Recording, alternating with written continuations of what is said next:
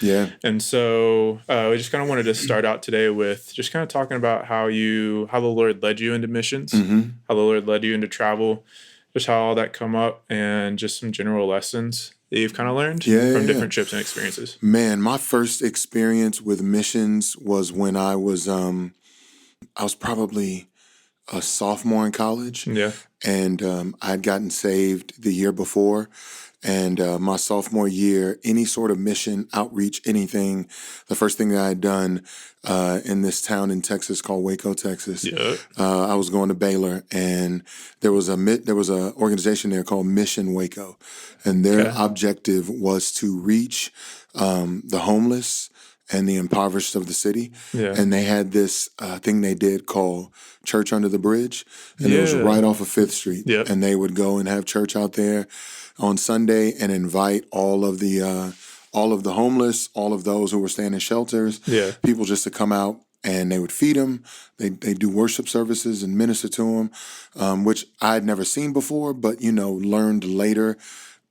Those type of things were typical, Yeah. but something that they did that wasn't typical that I got to participate in was you could go and spend the weekend with a homeless community and live like they live. Yeah. And so it was basically you, a leader from the mission, and another person, and you would go out and you would basically live like they live under the bridge, in the park, on a park bench, Yeah. somewhere downtown, wherever they were spotting up for the night, you would go with them. Yeah. And you'd basically live from Friday night until Sunday morning when the service took place in sort of the footsteps of someone who was homeless. Yeah. To one, serve them, but two, to get a real sense, as much as you could in that moment, a real sense of what people may deal with. And man, that was one of the first moments that I had with real life, tangible touches with someone who was without a home, without an income, without a sense of stability Yeah. that we would call stability in our everyday life. Bro, it rocked me. It educated me. It broke my heart. It moved me into a lot of habits that I have now because of that experience, man. Yeah. Just a quick story. I met a dude he was a professor in college at the University of Illinois. And because of an alcohol addiction, lost his job, lost his wife, lost his family, Dang.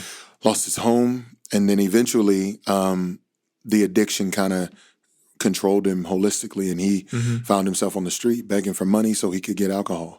Jeez. And I learned later this type of transparency is rare, but in my time with him, he said, "Young man, I want to tell you something.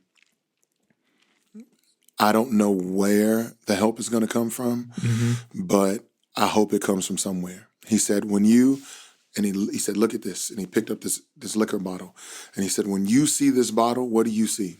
I was like, "An empty bottle." He said, "You know what I see? I see the corner of liquor left at the bottom of the bottle. And I wonder to myself, why would anyone waste that?" And then he took it and turned it up. Now, this wasn't a bottle he had with him. This was a bottle on the street next to us. Yeah. And so, man, I just saw firsthand, these are real people. These aren't, for the most part, swindlers and scam artists and people out to get you. Though that exists, it taught me that my first inclination shouldn't be to protect myself, Yeah. but to consider another. Yeah. It was big for me. And then to know, like, man, he had a PhD and was smarter than most of the people that I ever knew. But this didn't have anything to do with intelligence as much as it did a sickness. Yeah. And he had an addiction, and this addiction was causing this issue in his life of homelessness. And that was my first moment in the missions. It revolutionized my thinking, man. Yeah.